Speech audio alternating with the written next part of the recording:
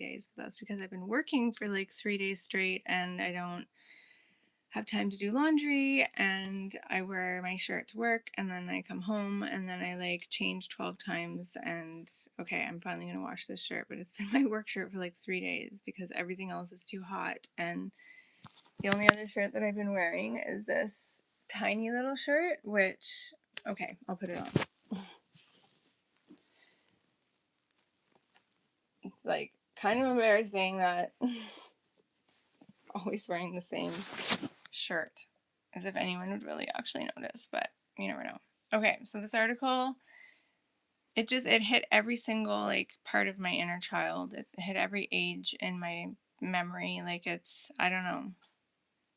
The fact that we didn't figure this out first just kind of like is kind of it's kind of depressing. And I'm not trying to bring out all of the darkness and gloom in the world, especially when it comes to kids. I really believe in rainbows and butterflies. I'm a big fan of positive thinking, right? But I think there's just a lot of kind of swampiness, like toxic, crap that people have to get through to just get, to step one. And it's frustrating, right? Like I have multiple people that I'm reaching out to that have been in my community since I was like 15 years old that take days to get back to me, right? Days, and they're under like a lot of different treatment. And, one of them is from like, her lineage is from one of these places in this article. It's just, it's big. It's a big article. It hits a lot of different areas. And,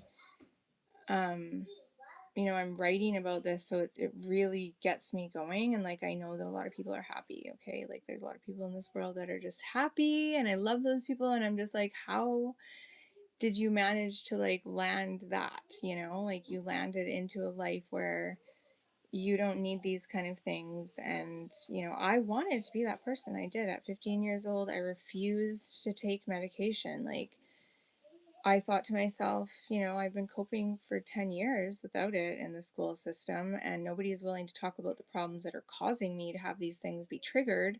So I'm not going to take medication. It's a big no. I'm not doing it.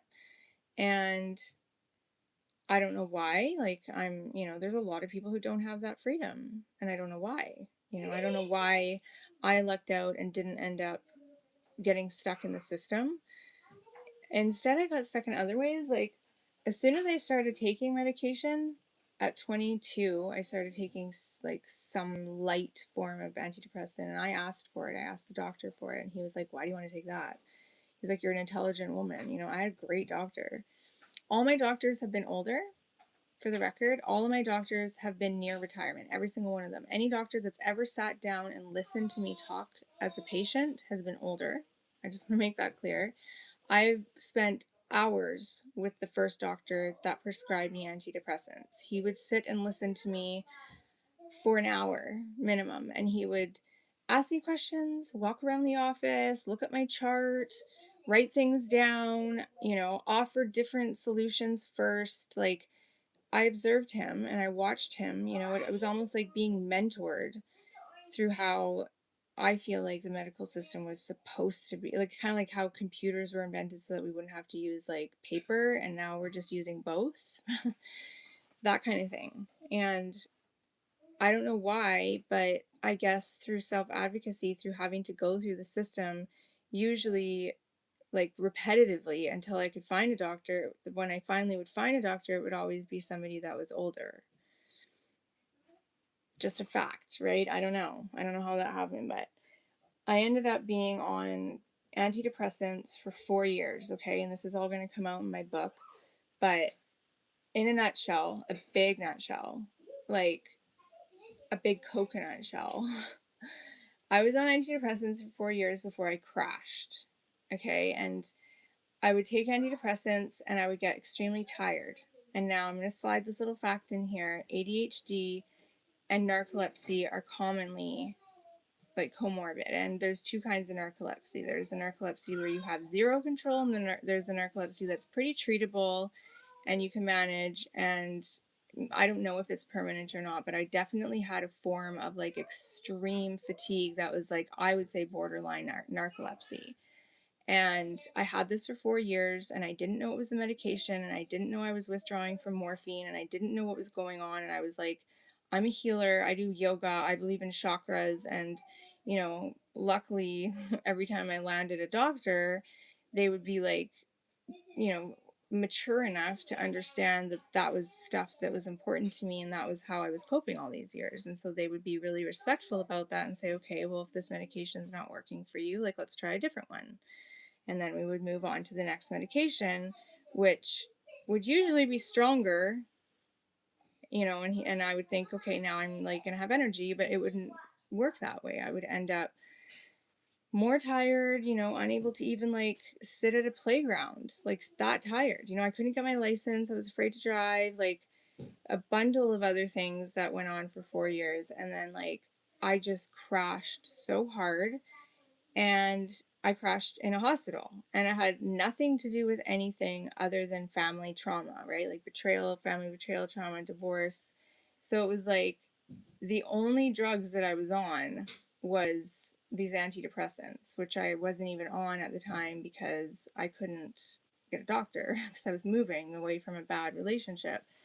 And we have a crisis here. We don't have doctors here. That's a luxury. So at the time, it was like not the fault of the system that I couldn't get a doctor. It was because I was just like exhausted, withdrawing from another pharmaceutical drug that wasn't morphine that I knew I had been on and I didn't know that I was withdrawing from. So it was all these like walls that I was hitting. But the kind of thing that I do when I hit a wall, I usually like climb it. Like I become like a vine and I'm like, let's do this. Like, let's grow. Let's like heal. So I ended up in the hospital voluntarily due to family trauma, unable to speak to anybody, even my own mother, who was my best friend. And the doctor that I got was like very old again and referred me to a psychiatrist who, I don't know like if I should say anything about the psychiatrist, but they were really like empowering, like I guess you could say. Like, instead of like being the way that my mom had been trained to be, I don't think she did it on purpose, but instead of being like, there's something wrong with you, he was like, you just need a break. Like, you just need to go on disability and get a break, like you seem very like stressed out, and like you need to not be thinking about getting another medication and getting a job. You need to like take a break, and just stay put for a while and not run off and, do the next thing and the next thing, and forget about your family for now and just like calm down, right? And he put me on like an anti-epileptic medication, and then that was like too strong, so then he put me on lithium, which was like also very strong. And my life purpose at that time became just basically to be on this medication, and I had to do blood work all the time. And so like there was no point in trying to do anything else. And that medication was for bipolar, which I also didn't have. So I didn't have depression, first of all. I guess I didn't make that clear. I had a withdrawal that I was having from morphine, and, I had a baby, so I had like maybe some postpartum depression and anxiety, but I didn't need these antidepressants, right? And at that time, doctors didn't really know what to do because they weren't psychiatrists and you couldn't get a psychiatrist. So, like, everybody was just doing their best. But by the time I was 26, I was misdiagnosed and on a medication that's like the strongest medication that you can take pretty much for this thing that I didn't have. And I took that for 15 years, like 15 years solid. I took this medication. And because I was taking this, well, I didn't take lithium for 15 years, but I took a variety of different drugs. I had to go off lithium eventually because it can like destroy your kidneys. But I was treating myself, like I was healing myself from this disorder that I didn't have. And the disability side of it was helpful because I had an income, but the medications that I was taking were like pushing me into places that I just didn't know how to be in. Like it was like a personality disorder was forming or something, and it made me not want to be around anybody. Like I became really antisocial. I was again tired all the time. I, would try to read and I couldn't stay up long, and like I just everything was like crumbling basically. I'll be right back. Guys, play in your own rooms for a little while. No one come and play in my room with me, okay? I don't want you to be alone. Okay, I want you to be nice and sweet. You want to come and play with me with your baby? Okay, you know what? That's her stroller. Go get your stroller. Okay? Go get your stroller. Bring it in here. I don't know. It's yours. Okay, so I don't know where your baby is. Right here. You found it?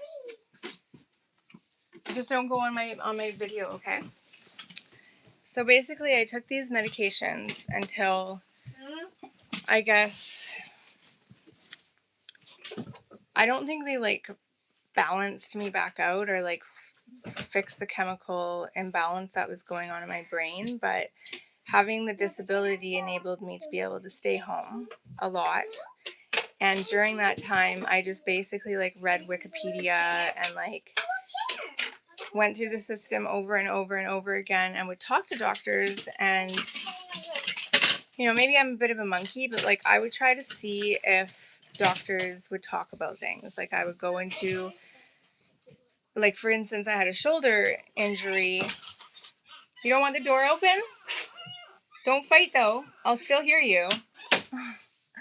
I had a shoulder injury and I went into a doctor's office and it was all older doctors and they were like going to close their practice in 6 months. So I was like, let me in there. And they were very helpful with my shoulder injury. But like I said to the doctor, I'm afraid that I have like a serious disease in my arm because I've always been a bit of a hypochondriac when it comes to little things like that. And I don't know why. It's like my imagination just goes wild and I think that like every little thing is wrong and that like, it's going to spread.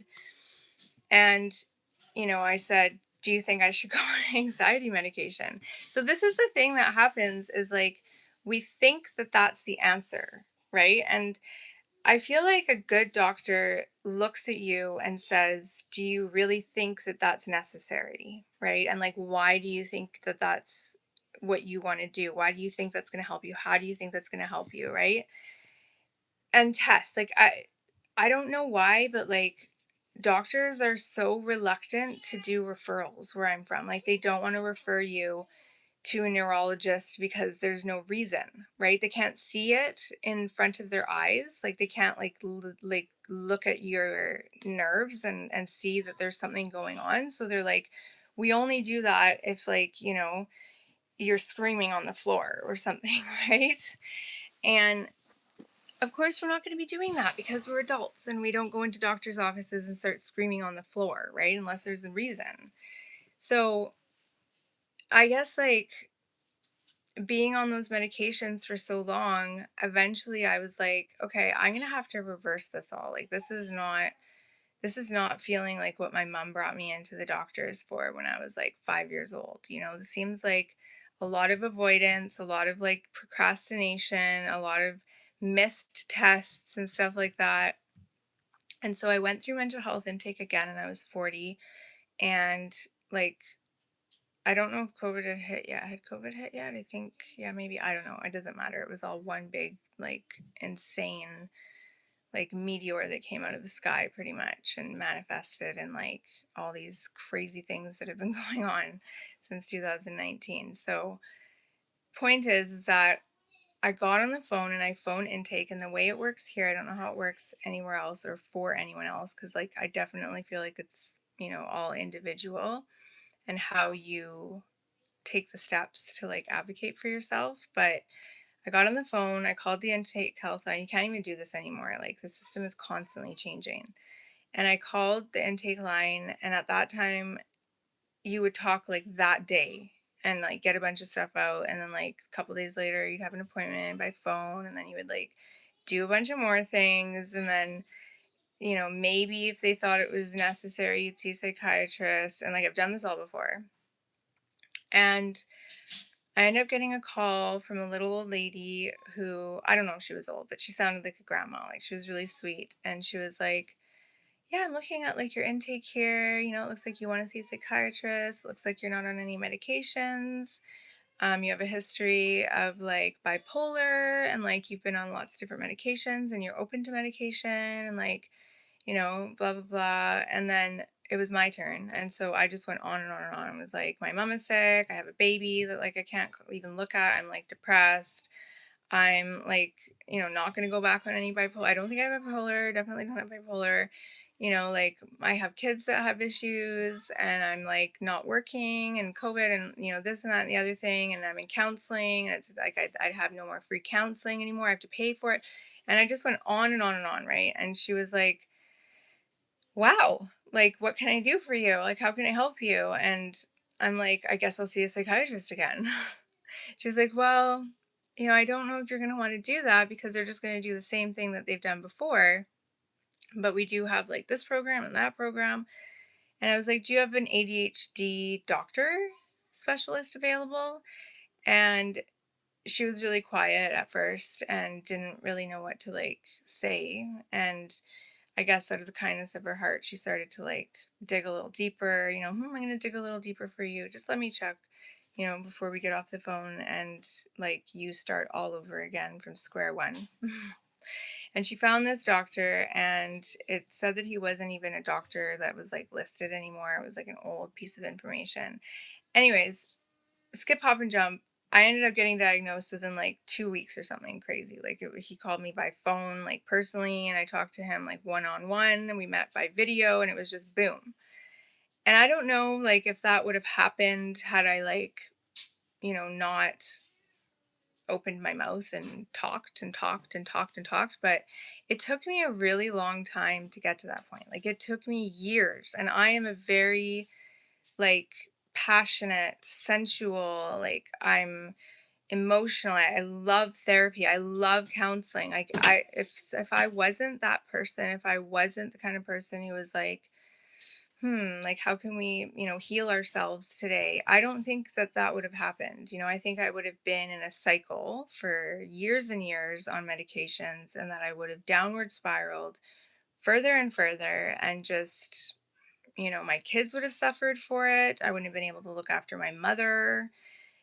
All the shocks that came, I don't think that I would have been able to handle them. Right. And the medication that I got on that week, before I was even 40, I was like now reversing the effects of all of these other medications. It's a long journey, and I feel like people have the power to do it themselves. I feel like people have like the strength, and I don't think that the strength is in numbers, like how many people are on your team. I've witnessed that with my son. Like you could have, it's overwhelming actually to have like, you need one-on-one, right? You need one person to listen to you. And I don't think I think I've paid for like 3 counseling sessions, and one of them was like not even for myself. It was for one of my kids. I've had so much counseling because of being able to stay home on disability, and because of giving myself the time and choosing to honor like my body and natural healing and the natural ability, like be your own doctor, right? But also like there's always going to be 2 roads that you can go down, and in my generation we didn't talk about being mentally ill. Like there was no conversation being had on the high school field about being ill. Like even, and when somebody was sick, it was like they were gone. They were just like out of order. They weren't part of society.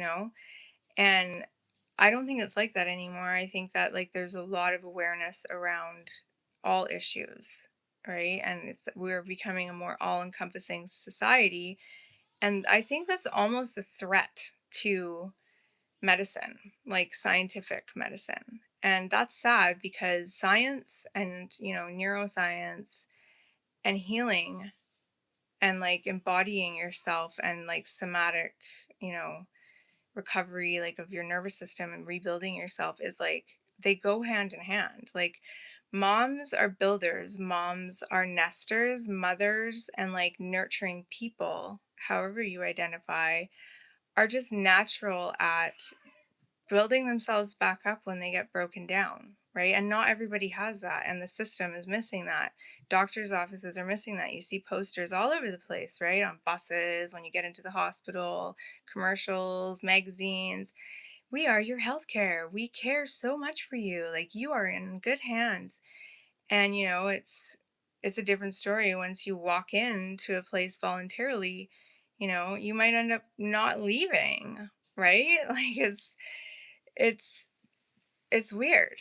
It's very strange. And I think this like mass kind of rapture of like children and teens that's happening is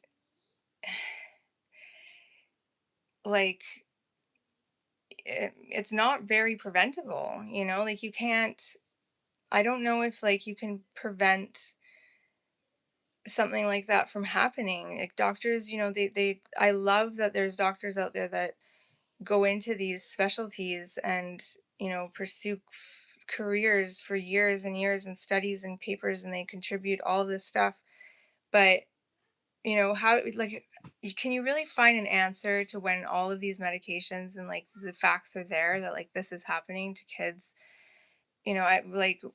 I've lost a few people to suicide and overdoses and alcohol and driving, and it's not, you know you don't know it's going to happen. Like you don't know that just around the corner is going to be like another loss, right? And I can't emphasize enough how important counseling and therapy are before before those things happen, right? Communicating about it. I love that we learn from people, being lost and us losing them. And I love that we care and that these people are finding out information and putting it out on Facebook or social media, and urging like doctors and warnings and labels and everything else. But I don't know how effective that is, in making sure that our children have healthy communities, healthy social groups, like healthy choices, healthy options. And I think that people need a master class. Like if we're prescribing 5-year-olds antidepressants, maybe they need like some skill classes, and we're starting to learn how being more aware of like how changes in identity and you know genetics and all of that stuff by choice, right, and gender identification and all that, how that's all affecting each other, and learning how to process it and learning how to be inclusive. But it shouldn't just end there, and they are all tied into each other, right?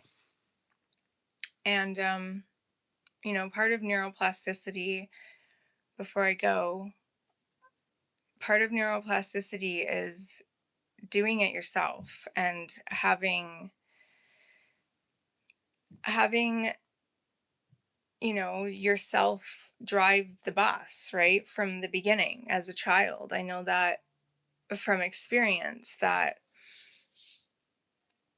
I don't know why I was given that opportunity, but that opportunity has not been given to my kids, right? And that makes me really angry. Like in 1995, when these studies were first being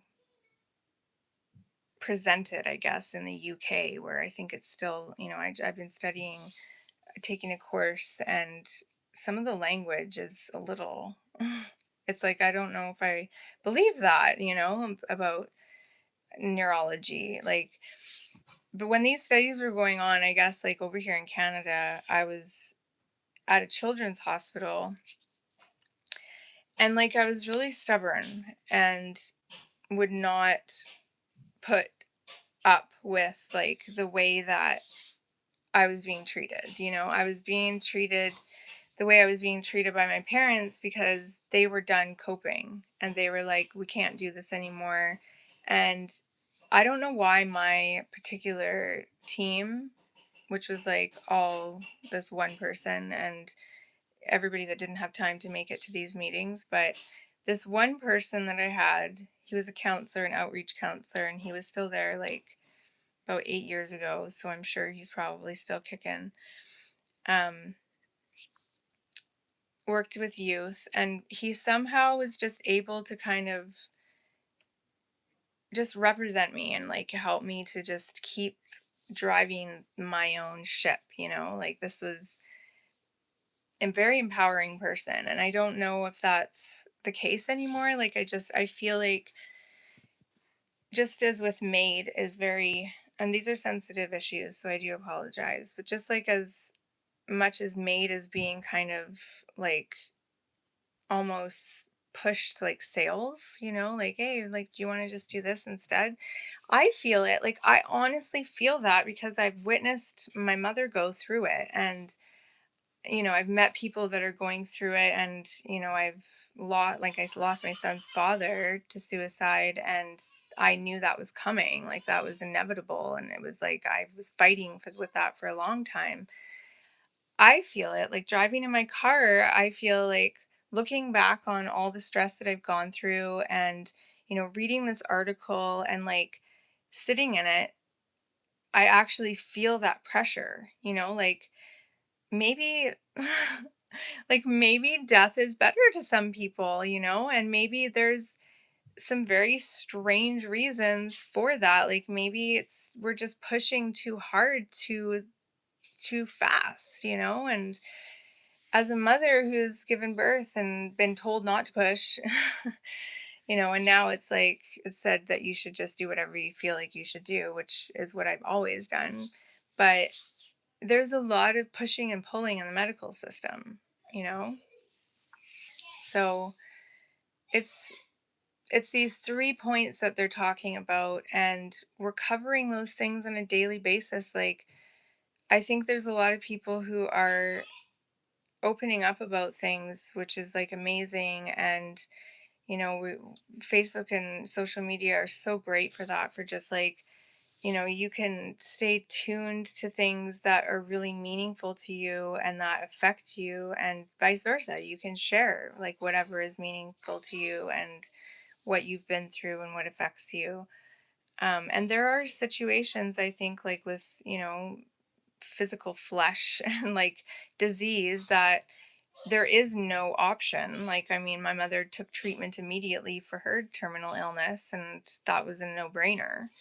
But when it comes to neurology and mental health, I really think we're missing that key of just offering therapy as part of health, offering it as part of growing up, offering it as a part of our daily life if we need it, right? Because I know I went to school for 10 years with a lot of trauma and believed that I could just bounce off of that and into a normal, quote unquote, normal life, right? And I wasn't one to compare myself to other people. I never really gave a shat what people thought about me. I was very creative. I knew I was always going to be on the off beaten path, and that I was neurodivergent before I even really even saw the word neurodivergent.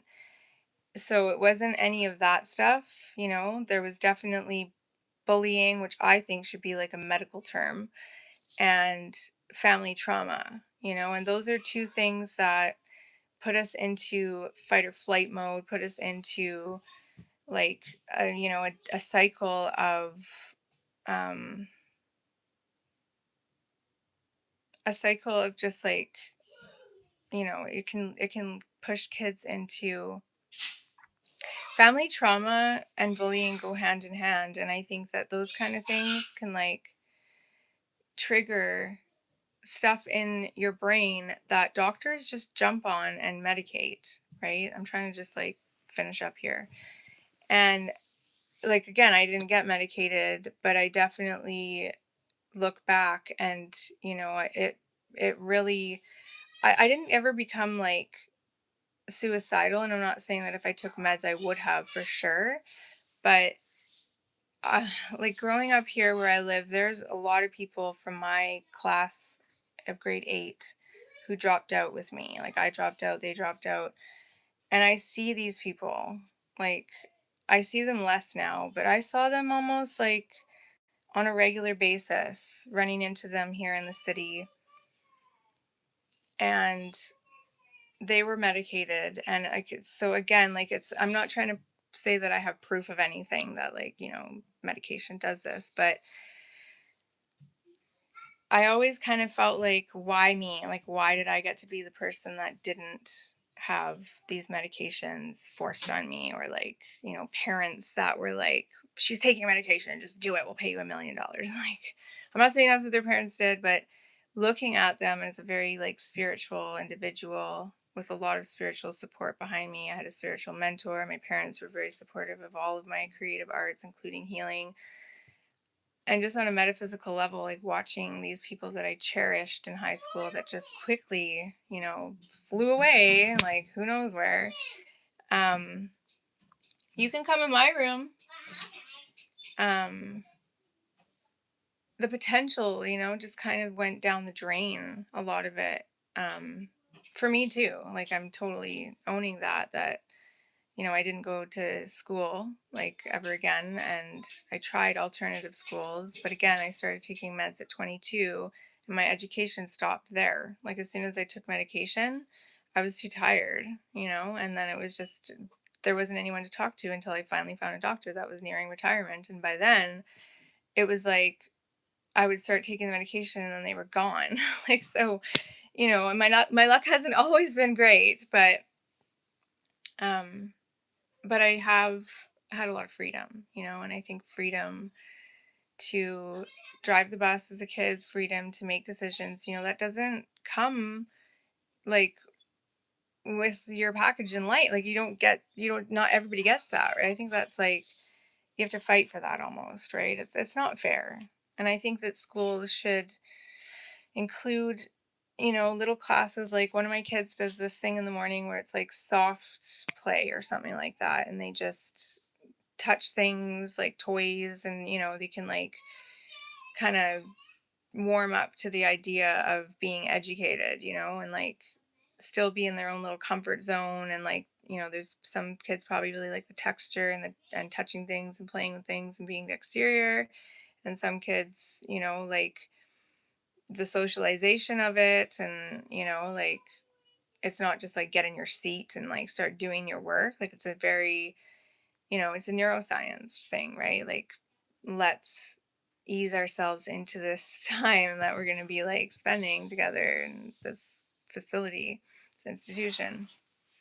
And I think that there needs to be more of that for just everybody, not just people who have diagnoses, not just people who have medications that they have to take, not just people who have behavioral issues, not people who have medical stuff, but everybody, because everyone is dealing with each other, right? And the earlier that kids learn that these things exist and that, medication affects our bodies, even mental medications affect our bodies, and that our brains are very important. And when we are taking medication in our brain, it changes things, just like when you take, antibiotics, right? Like the first vaccination I ever got, I was 5 and I was 4, almost 5, and I was the smallest kid in the class, and I ended up like in the toilet for like way too long. And that's no different than when you take like, a chill pill. Like it's no different than when you take an antidepressant. Like if, I can't imagine a kindergartner having to like take this pill in the morning and go to school and knowing that like, I'm taking this pill because I have this issue. Like, I don't know. And I know there's amazing resources in schools. My kids have amazing resources, but like we should be able to learn how to do these things as adults, you know? We should be able to learn how to bring this stuff to the table, to the desk, to the lunchroom, to the soccer field, you know, the gym. And I think we're capable of it. I have conversations with clients before I work, you know, that we cover all of this stuff. And why didn't we do this in high school? Hey, cutie. Can I show you something? Sure. Is it sure? Yeah. As long as you don't hurt yourself. Oh my. Wait, actually, that was almost it.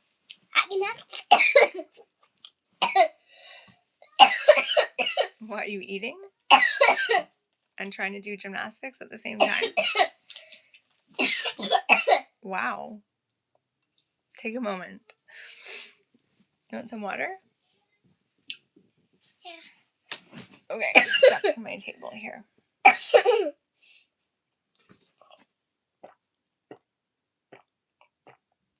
That's it?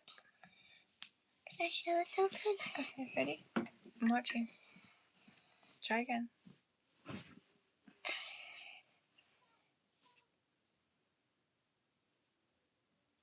Wait. You don't have to do it all at once. Wait. Oh my!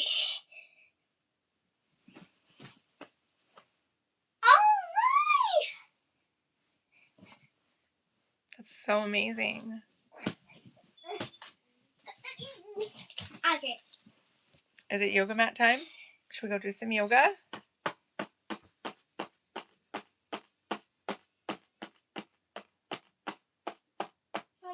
Has Mama had enough time trying to be... You had a bunk bed?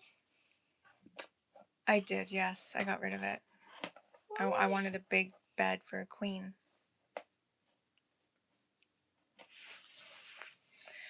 Should I be done trying to be a public speaker? Uh-huh. Yeah. Look at me. Whoa! This is cool. You got strong muscles. Yeah, I'm doing a handstand. It's almost a back bend. A back bend? Yeah. Are you sure? Mm-hmm. Get out of the way. Get out of the way. I'm doing. Okay. I think my point at the end of the day is that if I was one of those doctors, if I was on that team in a nonprofit organization, you know, et cetera, Naomi, I would be having a lot of fun. I don't think I would have anything to complain about, and I think I would be really good at making sure that my boundaries were established and that my thoughts were heard. And, you know, you can imagine I'd be pretty passionate about what I was doing, and it's hard to tell sometimes, you know, if people in these professions are having fun. First of all, do you like what you do? And also, like, are you doing it for the passion? Like, are you doing it for, like, the field of work that you're in? Are you doing it for, like, the money? Like, what are you doing it for? You know? I think more play is essential. Can I show you something? Well, I'm watching. Wait, that's not it. You got a hole in your shorts. Watch. Watch your little head. Go get my yoga mat. No. There's a unicorn pillow over there. Go put it there where your head can go on it. I'm always paranoid that one of you guys is going to get a broken neck. You mean you can't find the unicorn pillow in my room? With all this stuff in it, you can't find it? No. Well, then you have to find it. Make a game out of it. Where is that unicorn pillow? Okay, you tell me when you find it. Okay. I didn't hide it. It's easy to see. I can see it out of the corner of my eye. Where? What corner? Of my eye? What corner? This one.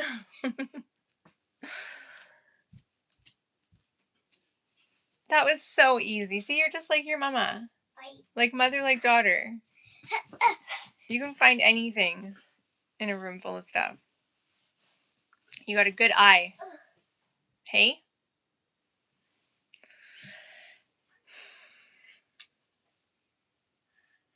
How long are you going to go there for upside down? 10 minutes. It's easy. Your face is going to be purple. 1, 2, 3, 4. I don't know how 5, anybody 6, 7, can work 8, past 9, after 10. school. 3, 2, 1, go. And it's taken me a lot to get to the point where I can even work after school drop off until pick up. Like I'm pretty proud of myself. And I want more people to feel that way. I want more people to feel like they've gotten out of the cycle and that they don't need somebody who holds a certificate on their wall to do that, even though that would be nice. And I did it from the age of 12 years old on, and at 19, after I had my baby, I was reading The Prescription for Nutritional Healing. It's still an amazing book. I have it in my head, like a lot of it.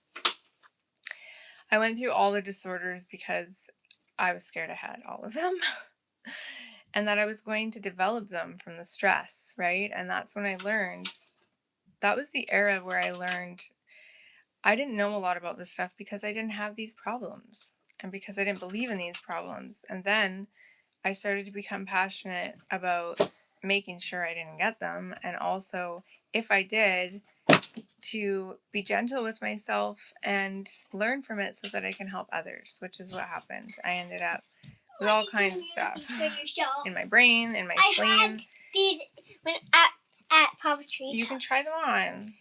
They will fit me, okay? It's been a whole because year. last time they were big and now they're small for me. It's been a whole year. Do you know how much time that is? That's 365 days. Have you been eating your broccoli? Because I don't think they're going to fit if you have. I did not. You didn't eat your broccoli?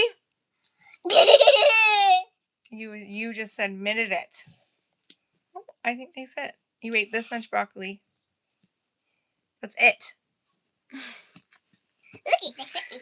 They better not fit you next year. You better grow big. Why? Because You want them for your then you shop? can get new shoes. I love them. All right. They don't hurt because You can have them. Go show Noah. yay! They're comic shoes. She loves comics. They're graphic novel shoes.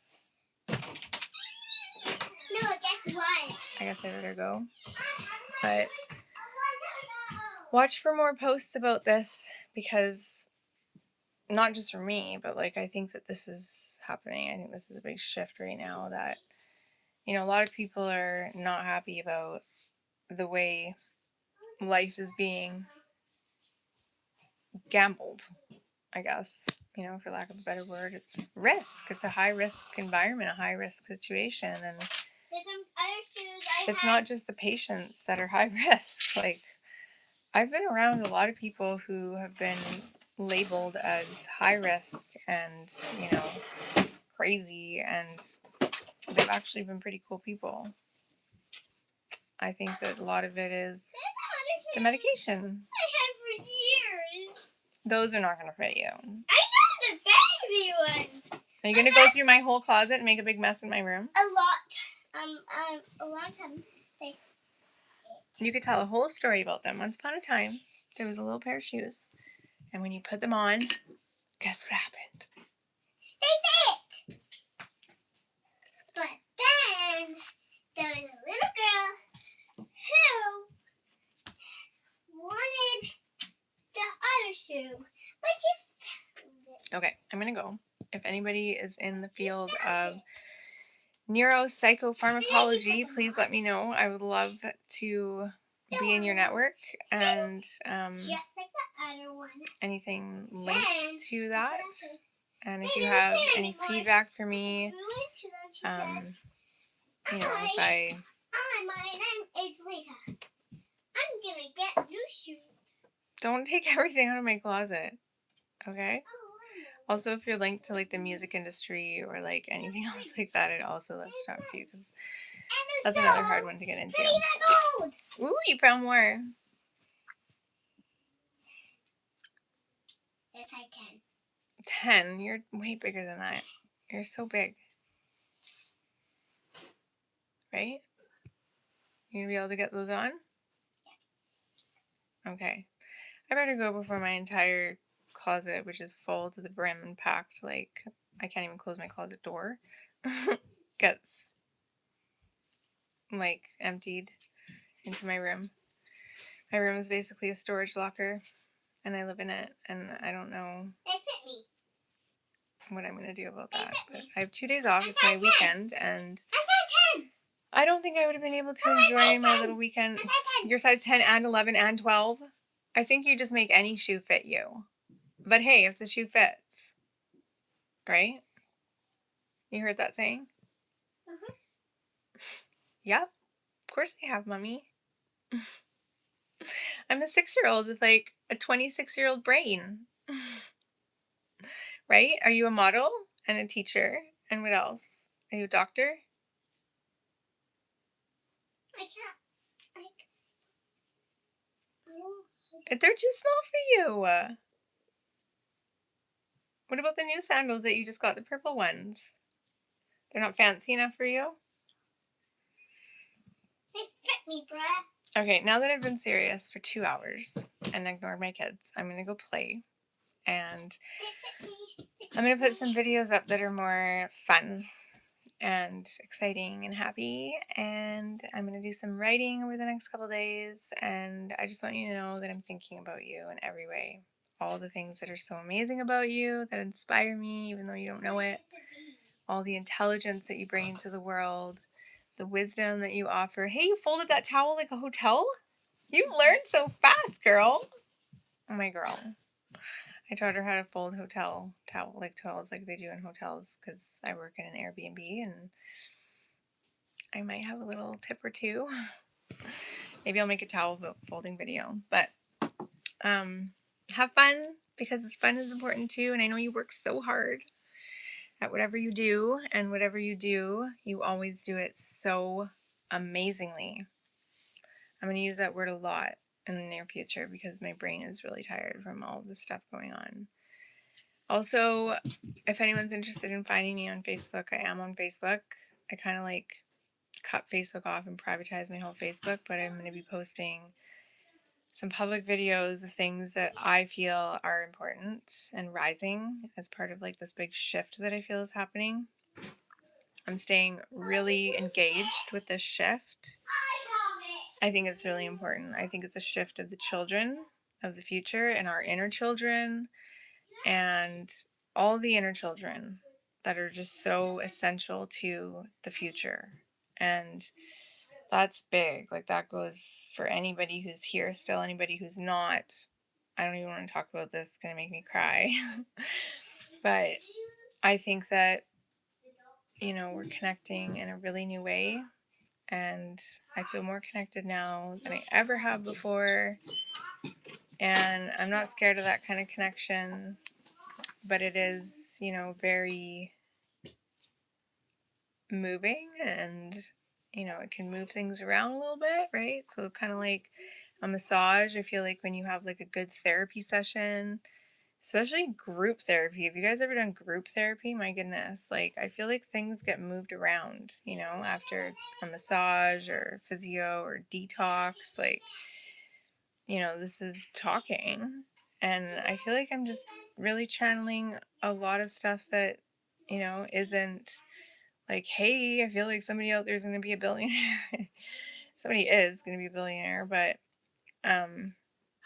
I feel like this is just more about like everyone's creative genius, and how we're going to do this, how we're going to fix this, how we're going to make this work. Because I just don't think doing this for another 22,000 generations is feasible. And I want to see kids putting their art up in museums, and I want to see more. We're getting so much graffiti here where I'm from. You got a new outfit from your friend? Oh, I'm so jealous. Can I try it on? No. Please? No. But it would look so cute on me. No. Oh, I think it would look adorable. On you, only if you're little. Can I be little? Can you make me little? I don't know if that worked. I feel big still. It's okay. I like being big. I'm happy. I'll get my own. And I love your suit is black. It is for fancy, and I wish I can have it. My suit? Yeah, that black suit goes up to here. Which black suit? Are you kidding me? I'm confused. Oh, These. Oh, those are jeans. I love them. You can wear them. They're going to be really big on you.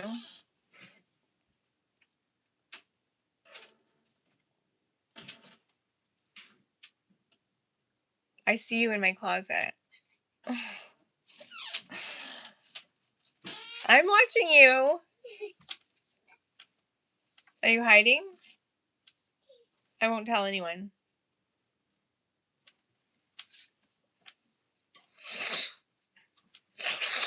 My hands smell like cleaning agents. Smells like Lysol, bleach, Windex. Maybe I should wear gloves. Okay. And if you didn't notice, I dyed my hair, and I'm not done. I have to do a few touch-ups, but I have lots of dye, so that's okay. I just wanted to see if I could sport some of that gray, which I might just leave and just let grow again, but it's just fun. You gotta have fun in life. Please have fun. Please have fun, and please share your fun and share your art. Like I was saying, we're getting graffiti, and it excites me so much because Fitzroy, when we went to Fitzroy, and that trip was all due to a series from Australia called Offspring, which is so amazing. It's on Amazon Prime Video now, thankfully, because I need to watch it another 40 times. Secretly, without my teenager knowing, because she's had to deal with me watching it too many times. You can try it on. Again, those are all like too small for you. Fitzroy's, I didn't even realize how much graffiti is in Australia and in Melbourne and Fitzroy especially, and I love it so much. I welcome it. I think it's beautiful. I think we should just normalize that graffiti is art, just like they have in that place in Spain or Italy or wherever it is where there's a school for it. And please just keep sharing with me however you're doing it, and know that I love you and I think about you all the time, and jump on here. You're gonna fall. You're a monkey. You are. Okay then. Jump on here. I jump on here just for you. Can I see that hanger? Can you bring me that hanger? I love that. I didn't know I had that hanger. I love that hanger. Oh my god. I have to show you guys this hanger I didn't know I had. Okay, turn the jacket again. Turn the jacket. Okay, one sec. What hanger? So Oh. first, I just did. I can't see it knowing you're in the way. What You gotta hanger? bend down. What hanger is it? Bend down. This one, and then I just stand up. What was that? Can you see No, it? stop. So it's just, so I just take it off, and then I can't see it. turn it around, and then ta-da! Now I can't see it at all. It's backwards. Okay. But Mom, can we play hide and seek? Yes, we can. You're it. Bring me that hanger. No. Please. No, it's for hiding. It's for hiding. I've never seen it before. Okay, turn it around. Turn it around. Other way. Can you read that word right there? No. You can't read that word? No. Okay, turn around. No, I'm Turn gonna play hide and seek. turn the jacket around, and No. I want to see the word. Okay. There it is. Can you read it? No. Try. No. Just try. No. Okay, play hide and seek. You're it. Count. Okay, we have to read that word first. Okay.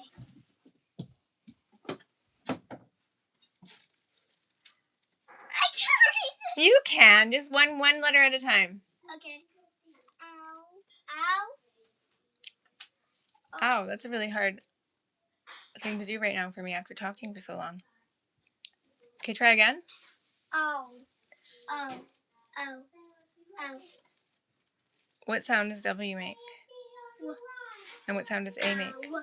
Ow. A makes ah. Ow. And now the rest of it? And now the rest of it?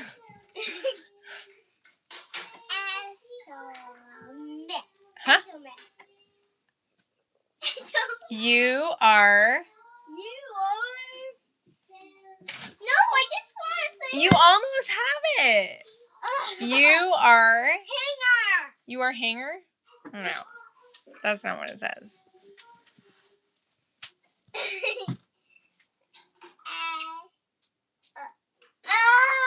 I know. It's a hard word, right? I don't want to do this word. It's okay. Okay, I'm gonna go play hide and seek, you guys. Count. Ready or not, here I come. No, Mama. Close your eyes and count. While I'm on the phone? Shouldn't I get off the phone first? Yes. Okay. Say Bye. Bye. Bye, you guys. I'll see you soon. Thank you for being here. It has been my pleasure. I'll talk to you soon. Close your eyes.